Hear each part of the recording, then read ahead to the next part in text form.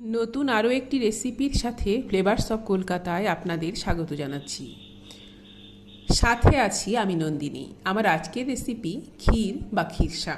ঘরে থাকা খুব সাধারণ কিছু উপকরণ দিয়েই এই ক্ষীর আপনি বাড়িতে বানিয়ে নিতে পারেন। বিভিন্ন ধরনের পিঠে বা ডেজার্ট বানাতে এই ক্ষীর আমরা ব্যবহার করে থাকি। আবার এমনি এমনি খেতেও কিন্তু এই ক্ষীর বা ক্ষীরসা ভীষণই ভালো লাগে। আপনারা দেখুন, আশা করছি আমার আজকের এই রেসিপিটি আপনাদের ভালো লাগবে। ভালো লাগলে আমার চ্যানেলটিকে সাবস্ক্রাইব করে আমার সাথেই থাকার অনুরোধ করব আপনাদের। আসুন তাহলে শুরু করি। 1 টেবিল চামচ চিনি আমি গরম করাতে দিয়ে দিলাম। সেই চামচেরই 1 চামচ পরিমাণ জল দেব। এবার ফ্লেমটাকে সিমে করে অনেকটা সময় ধরে এইভাবেই রেখে দেব। বেশ অনেকটা সময় পরে দেখা যাবে এক সাইড থেকে চিনি লাল হতে শুরু করেছে। তখন এইভাবে নেড়ে চেড়ে একটু মিশিয়ে দেব। ক্যারামেল কিন্তু খুব বেশি লাল করা যাবে না, তাহলে ক্ষীর খেতে তেতো লাগবে। হালকা লাল কালার যখন এসে যাবে তখনই আমি এই ক্যারামেলের মধ্যে দুধ দিয়ে দেব। এখানে আমি 1 লিটার দুধ ব্যবহার করেছি। আজকে আমি এই ক্ষীরসা বানাতে গরুর দুধ ব্যবহার করছি। আপনারা প্যাকেটের দুধ দিয়েও এই ক্ষীর বা ক্ষীরসা বানাতে পারবেন। বেশ অনেকটা সময় পরে দুধ ফুটে উঠেছে এবং অনেকটা গাঢ় হয়ে এসেছে। ওই যে চিনিটা আমি ক্যারামেল করে দিলাম, সেই জন্যই কিন্তু ক্ষীরের কালারটা খুব সুন্দর আসবে। হালকা একটা লাল কালার এই যাতে ক্ষীরের মধ্যে আসে, সেই জন্যই আমি 1 চামচ চিনি ক্যারামেল করে দিয়েছি। ওই 1 চামচ চিনি যে ব্যবহার করলাম, এই চিনিটুকু দিয়েই কিন্তু আজকের এই ক্ষীর আমি তৈরি করব। আর কোনো চিনি এই ক্ষীর বানাতে ব্যবহার করতে হবে না।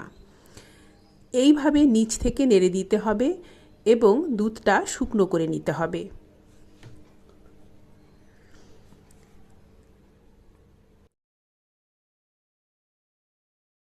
এখানে আমি নিয়েছি হাফ কাপ পরিমাণ গুঁড়ো দুধ। কুসুম গরম দুধ দিয়ে এই মিল্ক পাউডারটা আমি গুলে নেব। আমার বাটিটা ছোট হচ্ছিল বলে আমি একটা বড় বলে এই মিল্ক পাউডারটাকে ট্রান্সফার করে দিলাম এবং খুব ভালো করে গুলে নেব যাতে এর মধ্যে কোনো লাম্পস না থাকে। 1 লিটার দুধের জন্য হাফ কাপ পরিমাণ গুঁড়ো দুধ আমি এখানে ব্যবহার করেছি। খুব সামান্য কিছু উপকরণ দিয়েই কিন্তু এই ক্ষীর বাড়িতে বানিয়ে নেওয়া যাবে। গুলে নেওয়া মিল্ক পাউডার দুধের মধ্যে দিয়ে দিলাম।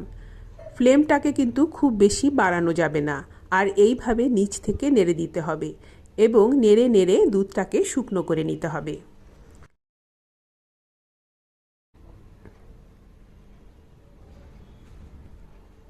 বাজার থেকে যে ক্ষীর বা খোয়া ক্ষীর বা ক্ষীরসা আমরা কিনে আনি, সেটা কিন্তু হাইজিনিক হয় না। বিভিন্ন পিঠে বানাতে বা ডেজার্ট বানাতে আমরা যদি এইভাবেই বাড়িতে বানিয়ে নিই, সেটা কিন্তু অনেক বেশি স্বাস্থ্যসম্মত। আমি এখানে দিয়ে দিলাম 1 চা চামচ পরিমাণ গোবিন্দভোগ চালের গুঁড়ো। গোবিন্দভোগ চালের গুঁড়ো আমি ঠান্ডা জল দিয়ে গুলে নিয়েছি। আর দিয়েছি কিছুটা পরিমাণ এলাচ গুঁড়ো। এই গোবিন্দভোগ চালের গুঁড়ো দিলে ক্ষীরটা খুব তাড়াতাড়ি গাঢ় হয়ে আসবে আর পরিমাণে একটু বেশিও হবে।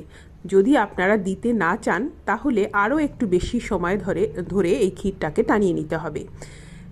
এখন কিন্তু প্রায় আমার ক্ষীরটা তৈরি হয়ে এসেছে। ফ্লেমটাকে একটু বাড়িয়ে দিয়ে এইভাবে যখন খুব ভালো করে ফুটে উঠবে তখনই আমি ফ্লেমটাকে অফ করে দেব।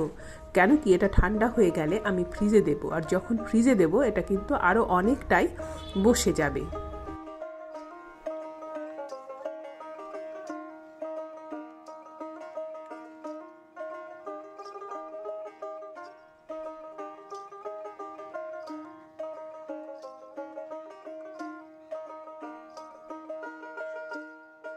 একটা ডিশে আমি এটাকে বের করে নিয়েছি।